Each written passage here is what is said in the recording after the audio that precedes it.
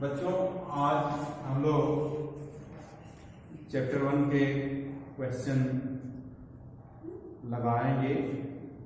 Chapter 1 exercise question मैं question important बताया था, लेकिन मैं सोच रहा हूँ कि कंटेंट खत्म हो गया है तो उसके बचे हुए क्वेश्चंस को करा दूँ ताकि आप रिवाइज करते रहेंगे। चलिए समय ना लेते हुए ज़्यादा चैप्टर 1 का फर्स्ट क्वेश्चन देखे होंगे। What is the force between two small charged spheres having charges 2 into 10 to the power minus 7 and 3 into 10 to the power minus 7 coulomb placed 30 centimeter apart in air? दो small spheres हैं जिनके बीच का separation r = 30 centimetre है। इनके ऊपर charges Q1, दूसरे पर charge Q2 जिनकी मैग्नीट्यूड से दी हुई है 2 into 10 to the power minus 7 coulomb and 3 into 10 to the power minus 7 coulomb है। तो इन स्मॉल स्फीयर्स के बिटवीन चार्ज की वजह से कितना फोर्स एक्ट हो रहा होगा, इनको 30 सेंटीमीटर अपार्ट रखा गया है। दूसरे स्फीयर को पहले स्फीयर से 30 सेंटीमीटर की दूरी पर रखा गया है। तो क्वेश्चंस में दे रखा हुआ है चार्जेस की value given that Q1 in small spheres के ऊपर चार्जेस का मैग्नीट्यूड नोन है। फर्स्ट स्फीयर्स के ऊपर charge Q1 = 2 into 10 to the power minus 7 and second spheres के ऊपर charge 3 into 10 to the power minus 7 r = 30 centimetre है। तो एक चीज मैं बता दे रहा हूं कि जब भी आप न्यूमेरिकल लगाएं तो ये ध्यान दें कि दिए हुए फिजिकल क्वांटिटीज की वैल्यू एम्पियर सिस्टम में है कि नहीं। यदि एम्पियर सिस्टम में नहीं है, अनदर किसी सिस्टम ऑफ यूनिट्स में है, सपोज कर लीजिए सीजीएस में है, तो उसको एम्पियर्स में कन्वर्ट करने में विशेष ध्यान देना चाहिए क्योंकि गलतियां हो जाती हैं। और जब भी फाइनल आंसर लिखते हैं तो यूनिट्स के साथ आंसर लिखें। केवल ओनली नंबर लिखने से फिजिकल क्वांटिटी को रिप्रेजेंट कर दीजिए। Physical quantity can be represented with magnitudes with unit, magnitudes with units, यानी यूनिट्स के साथ मैग्नीट्यूड को लिखेंगे तभी जाकर के वो फिजिकल क्वांटिटी को रिप्रेजेंट करेगा। तो सपोज करें कैपिटल F फोर्स लग रहा है, चार्जेस नोन है, उनके बीच का सेपरेशन है। तो कूलम्ब का से जानते हैं कि Q1 Q2 upon r²। K की वैल्यू एयर में रखा गया है दोनों स्फीयर्स को। तो K = we know that 1/4πε0, इसकी numerical value 10 to the power 9 into 10 to the power 9 newton metre square upon coulomb square होगा।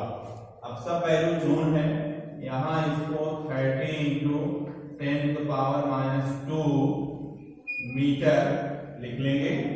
तो 9 into 10 to the power 9 Q1 2 into 10 to the power minus 7 Q2 3 into 10 to the power minus 7 upon r की value 30 into 10 to the power minus 2 का whole square. इसको simplify करेंगे तो हमें जो answer मिलेगा 6 into 10 to the power minus 3, 6 into 10 to the power minus 3 Newton. दोनों के ऊपर सिमिलर टाइप का चार्जेस है, तो ये जो फोर्स होगा वो किस प्रकार का होगा, इसका नेचर क्या होगा, रिपल्सिव होगा। तो रिपल्सिव टाइप का फोर्स एक्ट हो रहा है। दूसरे फोर्स के साइन को भी देख करके हम बता सकते हैं। यहां देख रहे हैं कि जो फोर्स की मैग्नीट्यूड की साइन है वो पॉजिटिव है, तो जब फोर्स की साइन पॉजिटिव आए, पॉजिटिव साइन के साथ हो, तो इसका नेचर जो होगा इस फोर्स का रिपल्सिव होगा, प्रतिकर्षणात्मक। F की वैल्यू निगेटिव साइन के साथ आए तो नेचर इस फोर्स का अट्रैक्टिव होगा, अट्रैक्टिव टाइप का फोर्स एक्ट होगा। तो इस प्रकार से हम लोगों को चार्जेस का मैग्नीट्यूड मालूम था, सेपरेशन मालूम है, तो फोर्स से निकाल सकते हैं। सेकंड क्वेश्चन को देखते हैं। इसमें सेकंड क्वेश्चन जो दिया गया है कि the electrostatic force on a small sphere of charge -4 microcoulomb due to another small charge -0.8 microcoulomb in air is 0.2 newton. तो what is the distance between two spheres? इनके बीच का हम लोगों को डिस्टेंस फाइंड आउट करना है। And second part, what is the force on the second spheres due to the first? तो पहले के कारण दूसरे पर बल कितना लगेगा, यानी इसमें हम लोगों को दोनों स्फीयर्स के ऊपर चार्जेस दिया हुआ है और फोर्स का मैग्नीट्यूड मालूम है, तो सेपरेशन निकालना है। तो ये भी इसी टाइप का है, सिमिलर टाइप का क्वेश्चन, सेम फार्मूला लगेगा। Question number second, given that Q1 is equal to 0.4 microcoulomb, Q2 is equal to -0.8 microcoulomb, F is equal to 0.2 Newton, R is to be calculated, R की value हम लोगों को point out करना है।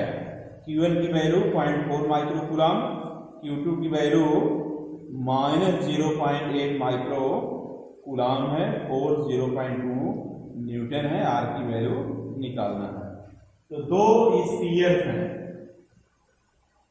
Small sphere, उनके ऊपर charges Q1 0.4 माइक्रोकूलम्ब, दूसरे sphere पर Q2 -0.8 माइक्रोकूलम्ब। R हम लोगों को निकालना है, इनके सेंटर से बीच के दूरी को रिप्रेजेंट कर रहा है, फोर्स से दिया हुआ है। इसी फार्मूला का यूज करेंगे। Coulomb's force F is equal to K Q1 Q2 upon R square. तो हम लोगों को R स्क्वायर की वैल्यू फाइंड आउट करना है, तो R स्क्वायर को लेफ्ट हैंड साइड में ले जाएंगे, K Q1 Q2 upon F। तो राइट हैंड साइड में जो भी क्वांटिटी लिखी गई है सबकी वैल्यू नोन है। K की value 9 × 10⁹ Q1 Q2 upon F की वैल्यू दी हुई है। चलिए इसको मैं निकाल दे रहा हूं। अब वैल्यू रखी जाए, F इज इक्वल टू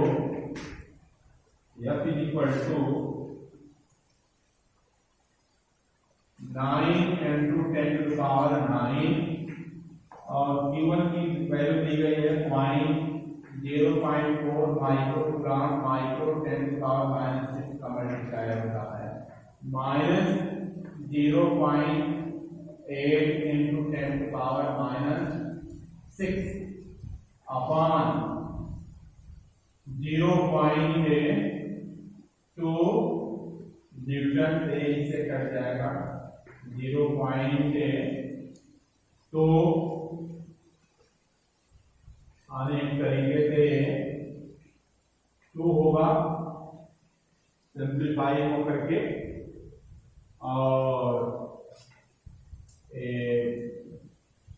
8 गुना के 16 9 144, 144 इंटू 10 टू पावर -4, 144 इंटू यहाँ r की वैल्यू r है square, 144 into 10 to power -4।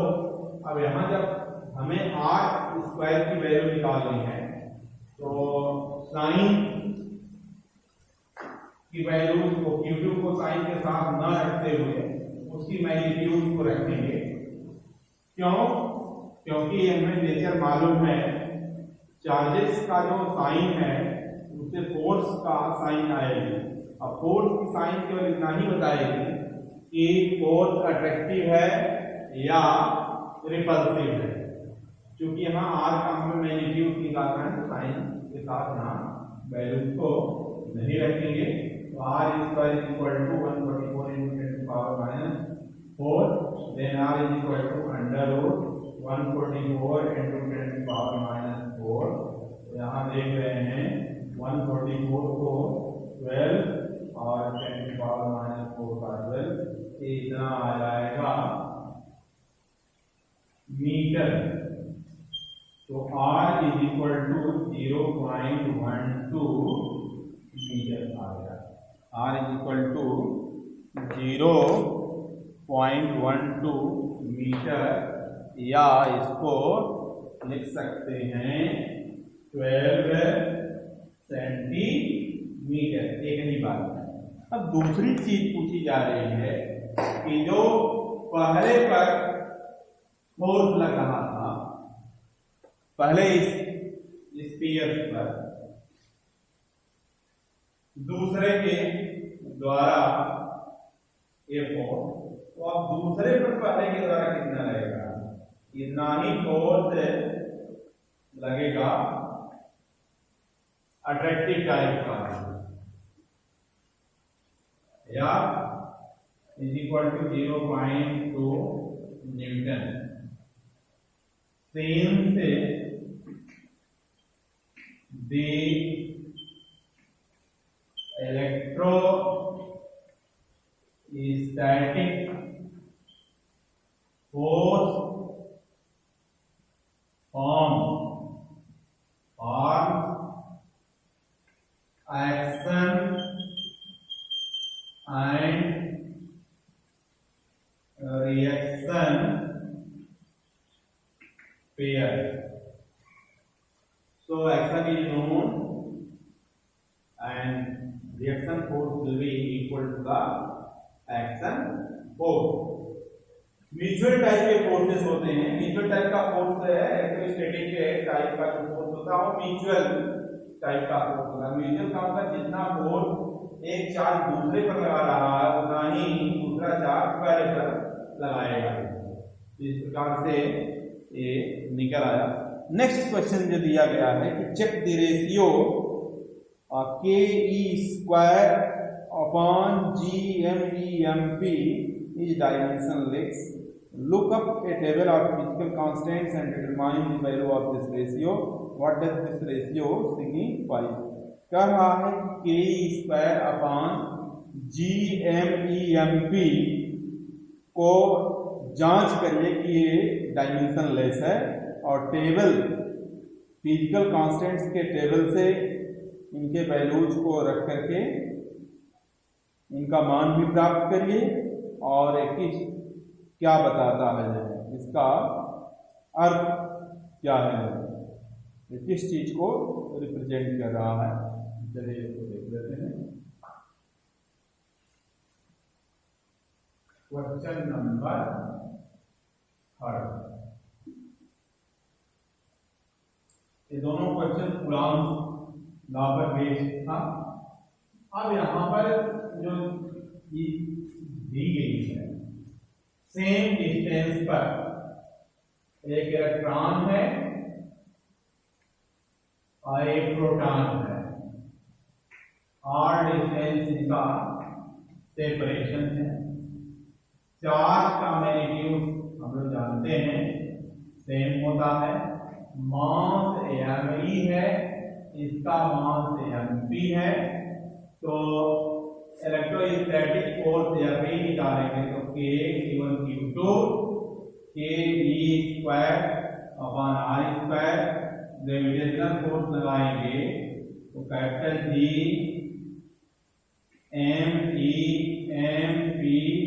Upon R², FE/F G निकालेंगे तो Ke² अपॉन G MEmP। तो यहाँ पे देखिए फोर्स का रेशियो है, यानी ये डायमेंशन लेस क्वांटिटी आएगी। यहाँ से हम लोगों को क्लियर है कि डायमेंशन लेस दो फोर्स का रेशियो है, तो सिमिलर टाइप का यदि रेशियो होता है तो डायमेंशन लेस हो जाता है, लेकिन हम लोगों को क्वेश्चन में यही दिया हुआ है तो मालूम तो हो गया, लेकिन निकाल कर इसको देखते हैं। Ke² upon G MEmP, K is a constant which value Newton meter square upon Coulomb square, into E is electronic charge, तो C Coulomb square upon Newton meter square upon kilogram square.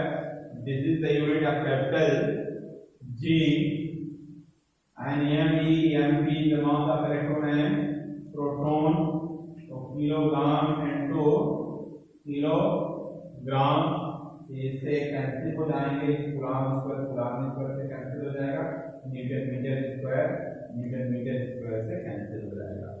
तो it is a dimension less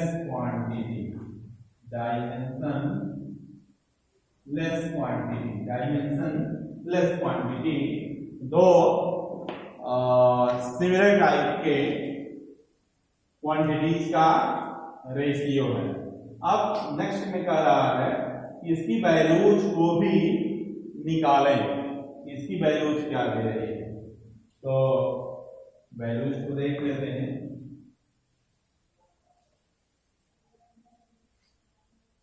The value of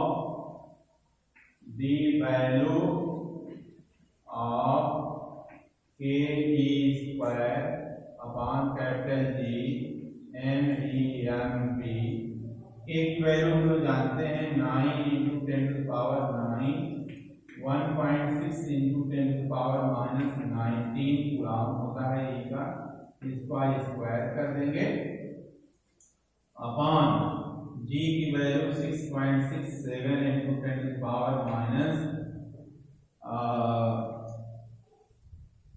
10⁻11 into ME का mass of electron 9 × 1 10⁻31 और 1.67 × 10⁻27, ये सब known है। 1.66 होता है, मैंने राउंड ऑफ करके लिख दिया 1.67।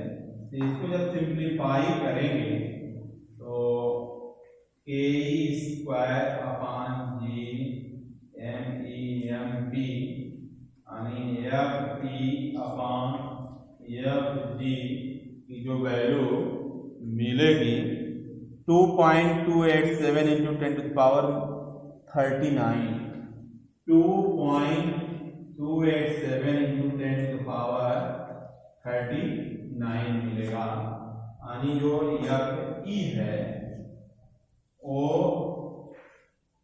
10⁻39 times of FG।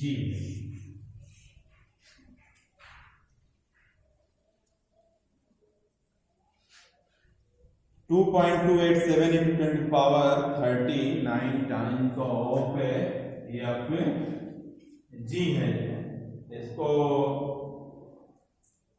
Magnitude, order of magnitude के फॉर्म में रखेंगे। तो ये आपका 3.16 से लेसर है, तो इसके पावर में कुछ भी रेज नहीं करते हैं ये है। अगर इसको ऑर्डर ऑफ मैग्नीट्यूड के फॉर्म में, तो ये 10⁻39 ही रहेगा।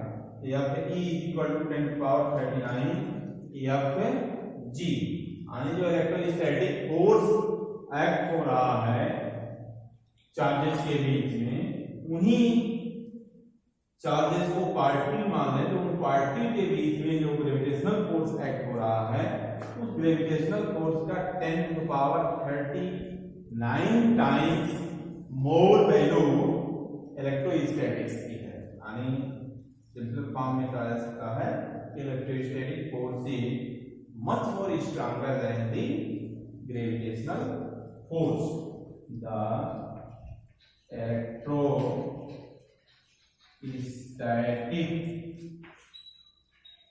The electrostatic force is much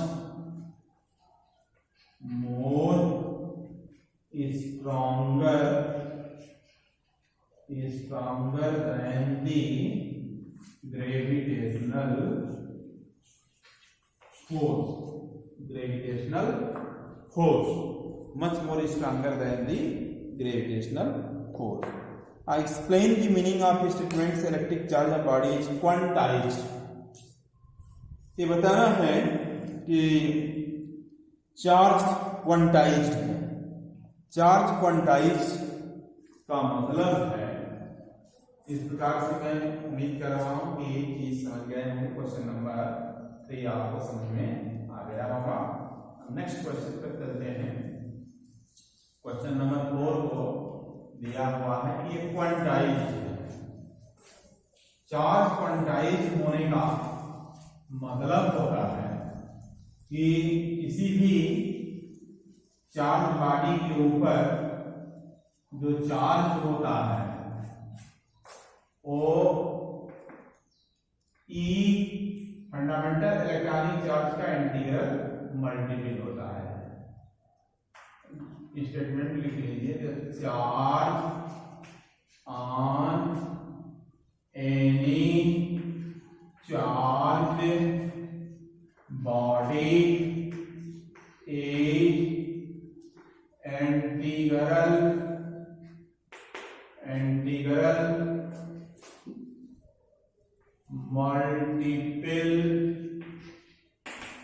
integral multiple of fundamental electronic charge. So let us suppose that Q is charge on any charge body, then Q is equal to plus minus NE. N integer की value positive negative हो सकती है।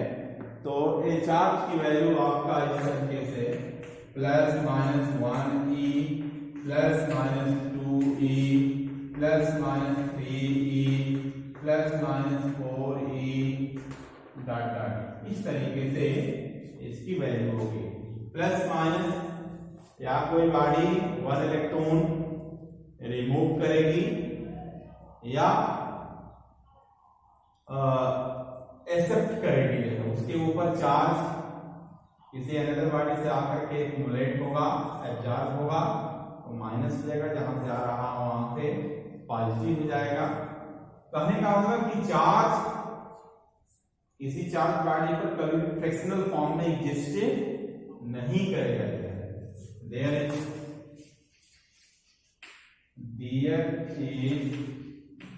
No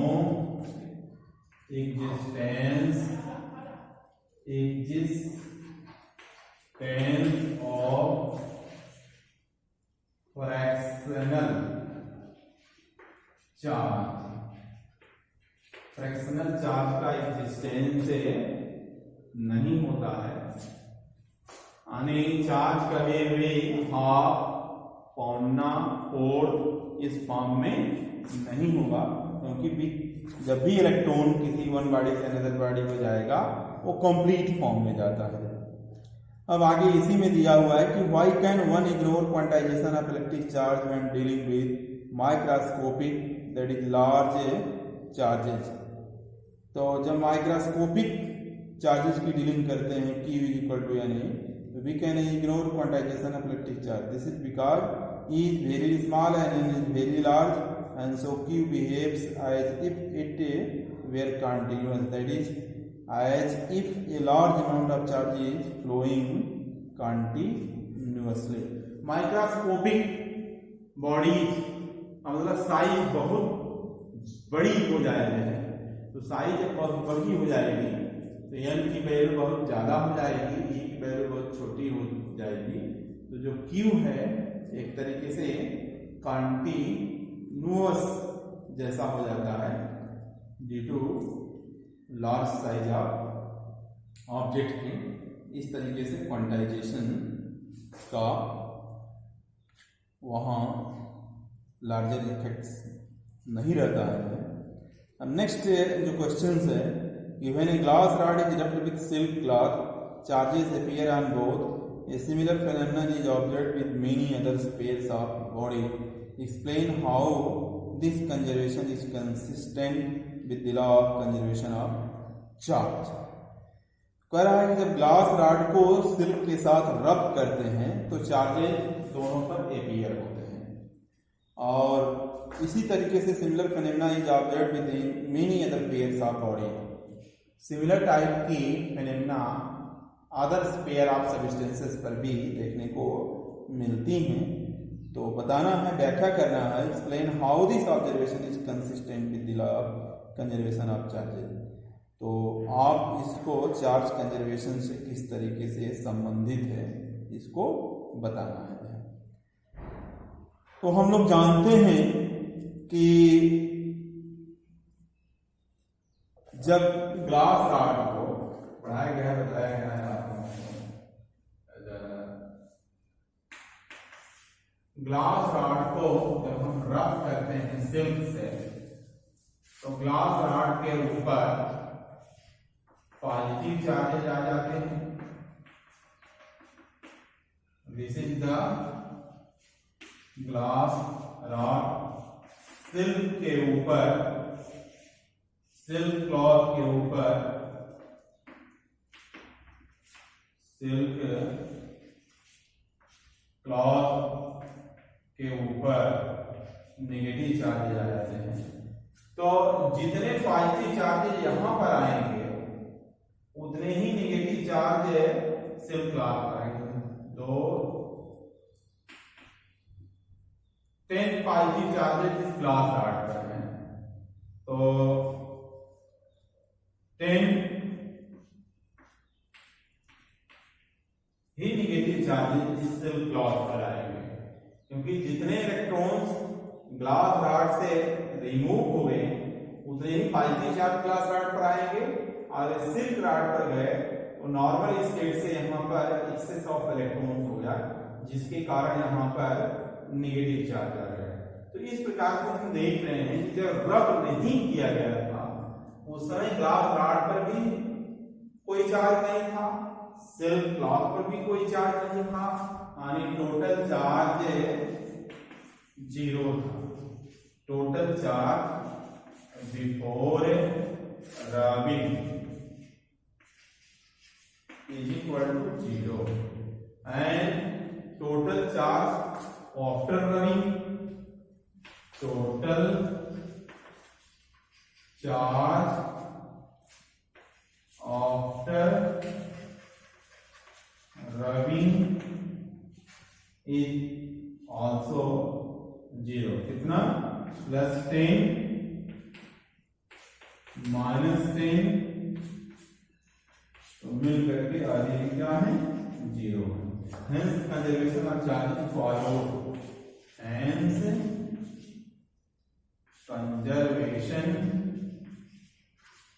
conservation of charge is followed। लागू तो जहां कहीं भी charging होगी वहां कंजर्वेशन ऑफ चार्ज का रूल फॉलो होगा। यहां पर भी हम लोगों ने देखा कि जब ग्लास रॉड ली गई थी और फिर सिर्फ तो अलग अलग उनके ऊपर कोई भी चार्ज नहीं था, लेकिन जब हम रब किए तो इनके ऊपर चार्ज आ गया, ग्लास रॉड पर पॉजिटिव, सिल्क पर निगेटिव। तो ऑब्जर्वेशन से जितने चार्जेज पॉजिटिव ग्लास रॉड पर आए थे उतने ही निगेटिव चार्ज सिल्क पर आए थे। टोटल चार्ज कभी भी 0 है। इस प्रकार से रूल ट्रू है कंजर्वेशन ऑफ चार्ज। अब नेक्स्ट जो क्वेश्चन है छठा कि 4 point charges QA, QB, QC, QD are located at the corners of a square ABCD of side 10 cm.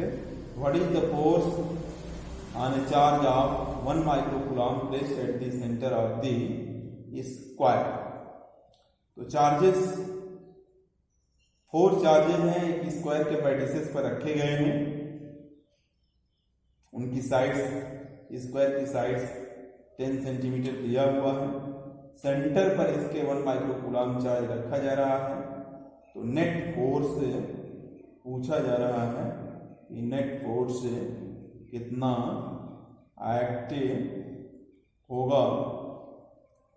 तो इसको अलग अलग निकाल करके देखते हैं।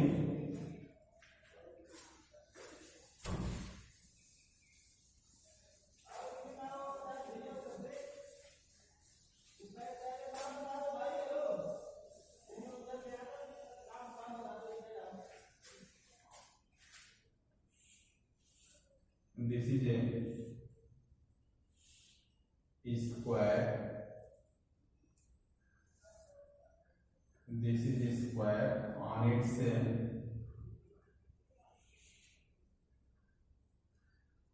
vertices A, B, C, D. A, B, C, D.